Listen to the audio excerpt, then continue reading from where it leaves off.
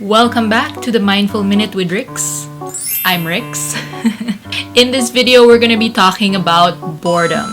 Now, it's important to know what boredom is because it's actually more dangerous than you think. Now, don't worry, there's always a light at the end of the tunnel. So, I'll also be sharing how you can change this unpleasant feeling. I'm going to be explaining all of that, so stick around.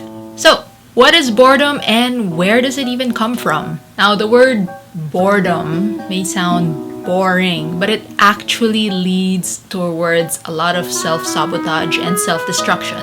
By definition, the word boredom means lack of engagement or lack of connection.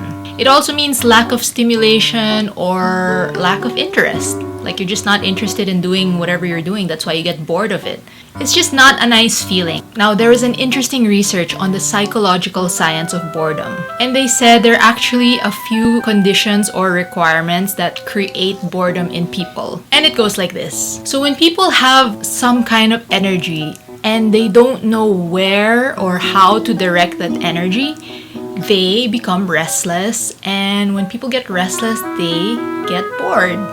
Now, when people have low energy, but they don't feel like they have to direct that energy anywhere, they often feel relaxed. And this is why people that go to spas, they aren't bored, they're there to relax. However, when people want to do something, but they feel like nothing they do is interesting or stimulating enough, that's what causes them to get bored.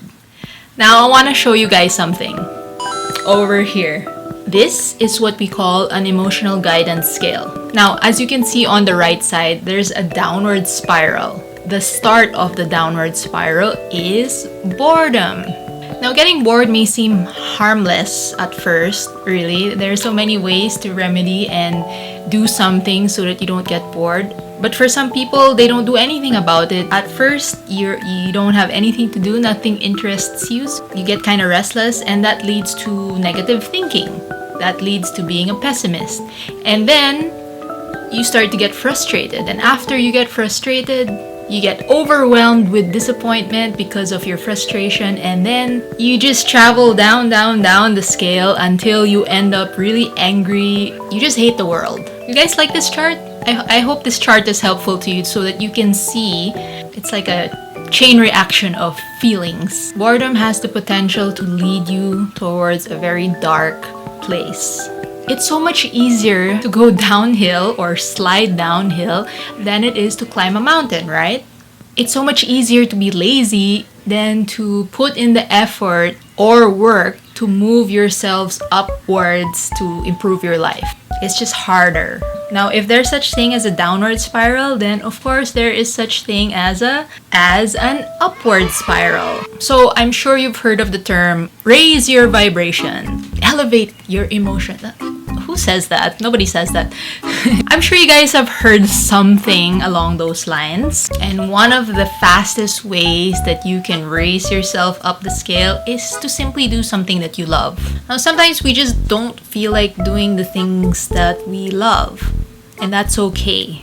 The first step is directing your energy on the next step in the scale, which is contentment. In other words, be grateful. I know being grateful is so cliche and it's pretty overused, but it just works. Once you find contentment and you're grateful, this will then lead to hopefulness, optimism, positive expectation, passion, joy, and all of that good stuff. Sometimes when we're feeling pretty low or pretty down, it is quite annoying to hear people say, oh, just think positive, be positive, think happy thoughts. But in reality, it's pretty hard to jump from the bottom of the scale all the way up.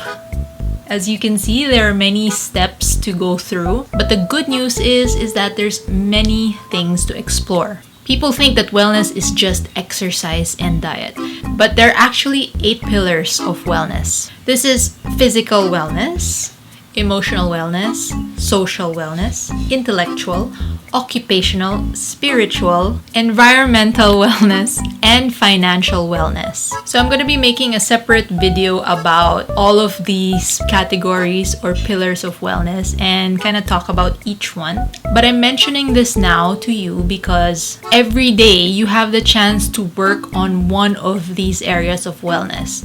It's so worth the time and energy to strengthen each one, and that is the opposite of being bored. So, if this video was informative in any way, leave a comment down below. Let me know your thoughts. Make sure to like, follow, and subscribe to this channel, and I'll see you guys tomorrow for another Mindful Minute. Stay beautifully inspired. Peace.